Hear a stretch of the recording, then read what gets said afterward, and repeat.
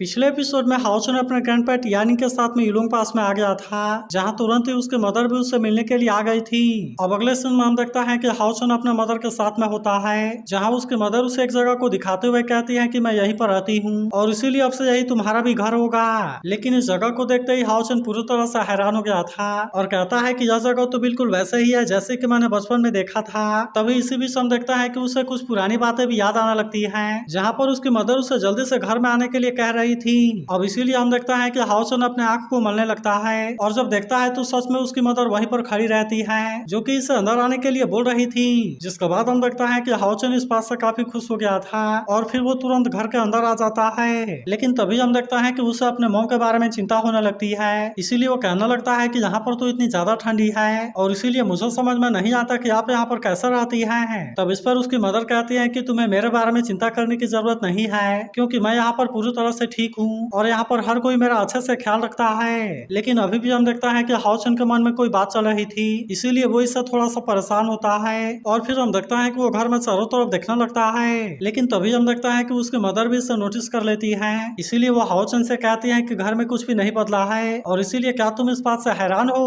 मगर तभी इस बीच इसे एक पुरानी फैमिली फोटो दिखाई देती है, इसीलिए हाओचन इसे लेकर देखने लगा था और कहने लगता है कि मुझे तो यहाँ पर आए हुए इतना टाइम हो गया, लेकिन अभी तक भी मैंने अपने डैड को यहाँ पर नहीं देखा। मगर तभी हम देखता है कि उसकी मदर इसका ध्यान भटकाने लगती है और फोटो को साइड में रखते हुए कहती है, मैंने सुना कि तुम्हारी कोई गर्लफ्रेंड है, इसीलिए मैं भी उसके बारे में जानना चाहती हूँ और चलो तुम मुझे उसके बारे में सब कुछ बताओ। फिर हम देखता है कि उसकी मदर हाओचन से उसका नाम पूछने लगती है, जबकि वहीं हम देखता है कि हाओचन अभी भी अपने डैड के बारे में परेशान था। लेकिन फिर हम देखता है कि वो अपने मदर को शायर के बारे में बताने लगता है और कहता है कि ये वही लड़की है जिसने कि मुझे रिंग दिया था। तब यह सुनते उसकी मदर भी इसके बारे में याद करने लगती है, क्योंकि उन्होंने भी इस रिंग को देखा था और जब उन्होंने पूछा था कि क्या है किसी लड़की का है, तब हाओचन इस बात से शर्मा गया था। लेकिन इस पर उसकी मदर ने कहा था कि तुम इसे संभाल कर रखना। अब इसीलिए वो हाओचन से कहती है, ऐसा लगता है कि तुम अपने प्रॉमिस के बारे में नहीं भूले और सच में ये बहुत ही अच्छी बात है। लेकिन फिर वो हाओचन से कहती है कि तुम उसे मेरे पास में भी लाना। जिसके बाद हम देखता है कि हाओचन भी इसके लिए मान गया था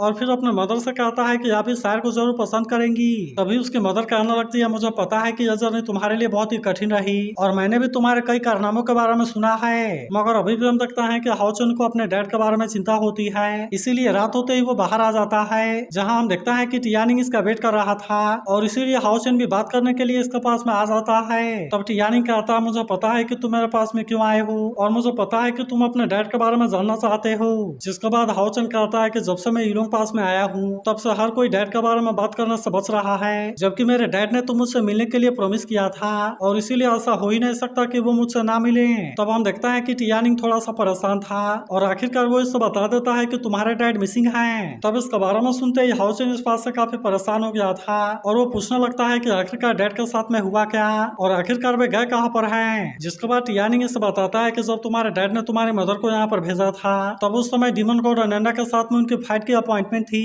तब यह सुनकर हाओचन कहता है कि वो तो 7th पिलर का डीमन गॉड अनेंडा है और इसीलिए डैड अचानक से उसे खोजने के लिए क्यों गए। तब टियानिंग बताता है कि उसे पता चल गया था कि तुम्हारे डैड उडिन टाउन में है, इसीलिए वहाँ पर उन दोनों के बीच में फाइट हुई। लेकिन फिर उन दोनों ने डिसाइड किया कि जब तक उन दोनों में से कोई एक नहीं हार जाता तब तक वे किसी भी वॉर में इतना आसानी से इन्वॉल्व नहीं होंगे। फिर वो इसे बताता है कि अब तक इस बात के कई साल गुजर चुके हैं जिसके दौरान उनके बीच में बहुत बार फाइट हुई, लेकिन अभी तक भी उन दोनों में से कोई भी किसी को नहीं हरा सका। इसके बाद वो इसे बताता है कि मैंने आखिर बार तुम्हारे डैड को 1 साल पहले देखा था, जहाँ तुम्हारे डैड ने बताया था कि अब उनका फाइट का एंड होने वाला है और फिर वो वहाँ से फाइट के लिए चले गए, लेकिन अभी तक भी उनके बारे में कोई इन्फॉर्मेशन नहीं मिली है और इसीलिए हम देखता है कि टियानिंग भी इस बात से परेशान होता है। वहीं हम देखता है कि हाओचन को भी अपने फादर के बारे में चिंता होने लगती है और इसीलिए वो सोचने लगता है कि कहीं उनके साथ में कुछ हो तो नहीं गया। लेकिन तभी टियानिंग कहता है कि तुम्हें अपने डैड के बारे में चिंता करने की जरूरत नहीं है, क्योंकि वैसे भी तुम्हारे डैड एक डिवाइन नाइट है और इसीलिए उनको मार पाना इतना आसान नहीं है। लेकिन अब वो इसे कुछ दिखाने के लिए अपने साथ में लेकर जाने लगता है और इसीलिए हम देखता है कि हाओचन भी जाने के लिए रेडी हो गया था, जबकि वहीं उधर हम देखता है कि हाओचन की मदर भी इसे देख रही थी और वह भी असल में हाओचन के डैड के बारे में सोचकर परेशान होती है। वहीं उधर हम देखता है कि टियानिंग हाओचन को कहीं पर लेकर आ गया था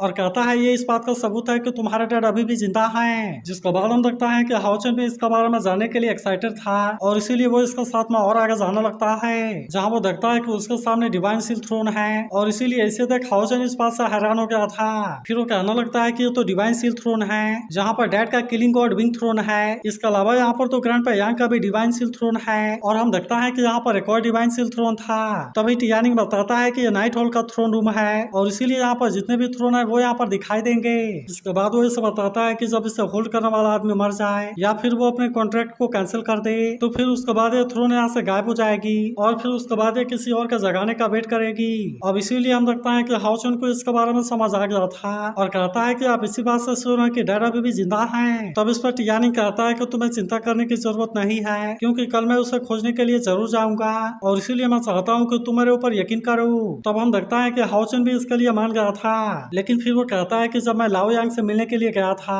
तब उसने मुझसे ये तुम्हें देने के लिए बोला था और उसने बताया था कि तुम्हारा डैड इसे तुम्हारे लिए छोड़कर गए हैं। फिर हम देखता है कि जब हाउचन के डैड ने इसे लाओ यांग को दिया था तब उन्होंने कहा था कि मैं फादर के रूप में शायद यही आखिरी चीज उसे दे सकूं। तभी टियानिंग बताता है कि इसमें तुम्हारा फादर का थ्रोन का ब्रेथ है जिसका मदद से तुम क्रिटिकल मोमेंट में god of two man killing seal throne के पावर को यूज कर सकते हो। लेकिन अब इसके बारे में सुनकर हाउचन भी इस बात से पूरी तरह हैरान हो गया था और कहता है कि मेरा फादर ने तो मुझे इतनी इंपॉर्टेंट चीज दे दी। इसके बाद हम देखता है कि वो इसे टच करने के लिए जाता है लेकिन तभी अचानक से हम देखता है कि ब्रेथ उसके बॉडी के अंदर चली जाती है और अब इसका वजह से हम देखता है कि इसके बॉडी से बहुत सारी पावर बाहर आने लगी थी। तब इसे देखते ही टियानिंग भी इस बात से काफी परेशान हो गया था और उसे भी समझ में नहीं आता कि अचानक से यहाँ पर क्या होने लगा। लेकिन वहीं हम देखता है कि वो पावर इसे हवा में लेकर चली गई थी जहाँ हम देखता है कि थ्रोन की पावर भी एक्टिवेट होने लगती है और इसीलिए वो जैसे ही हाउचन के ऊपर पड़ती है हम देखता है कि इसके विंग भी एक्टिवेट हो गए थे और अब वहीं बाहर भी बहुत सारी पावर जाने लगी थी और इसीलिए इस बात से बाकी सभी लोग भी हैरान होते हैं। वहीं हम देखता है कि इस बात से टियानिंग भी हैरान हो गया था और कहता है कि एटर्निटी एंड क्रिएशन वाली डिवाइन सील थ्रोन तो केवल रेयर सिचुएशन में अपीयर होती है, इसीलिए अचानक से यहाँ पर हो क्या रहा है। इसके बाद हम देखता है कि हाउचन एक बहुत ही शानदार जगह पर आ गया था,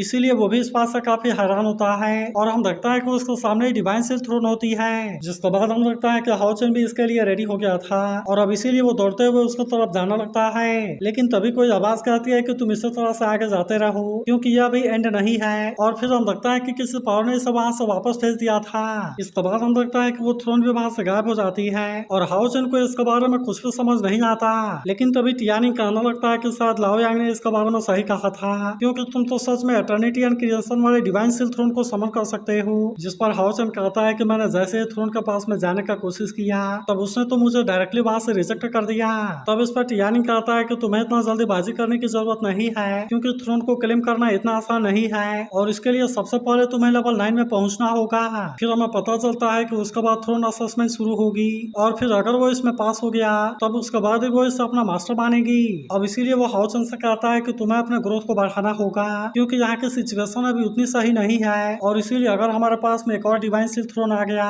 तब इस तरह से हमारे अलायंस के जीतने का चांस बढ़ जाएगा। तब इस पर हाउचन कहता है लेकिन डीमन ने तो हमारे खिलाफ में फाइट करना स्टार्ट कर दिया है। तब इस पर टियानिंग कहता है कि भले ही 6 मेजर पास के बाहर गॉड एम्परर बैठे हुए हैं लेकिन फिर भी उन्होंने बड़े स्केल पर अटैक नहीं किया है, जबकि अगर उनके रिल्म में कोई भी आ जाए तब उसके बाद वो तुरंत उन पर अटैक करना शुरू कर देते हैं और फिर वे उनको बहुत ही बुरे तरीके से मार देते हैं। तब इस पर हाउचन कहता है कि वे तो डिमन हंटिंग को रोकना चाहते हैं ताकि इस तरह से वे चुपके से हमारी ताकत को कमजोर कर सके। जिसके बाद टियानिंग कहता है कि हाँ तुमने सही समझा, इसीलिए डिमन हंटिंग टावर ने भी मिशन को एक्सेप्ट करना सस्पेंड कर दिया है और सभी डिमन हंटिंग ग्रुप 6 मेजर पास में डिवाइड हो गए हैं। लेकिन अभी भी डिमन क्लैन के पीछे 2 ऐसे डिमन हंटिंग ग्रुप हैं जिन्होंने कि सन मून और स्टार के तीनों लॉर्ड को मूव कर दिया। अब इसीलिए वो इसे बताता है कि अगर सन मून और स्टार ने तीनों एक साथ में एक्शन ले लिया तो फिर इंसानियत यहाँ से गायब होने से ज्यादा दूर नहीं रहेगी। लेकिन हम देखता है कि हाउचन भी इसके लिए रेडी हो गया था और कहता है कि हम भी इसके लिए अपना बेस्ट देंगे। तब हम देखता है कि टियानिंग भी इस बात से काफी खुश हो गया था और फिर वो कहता है कि तुम्हें भी जाकर आराम करो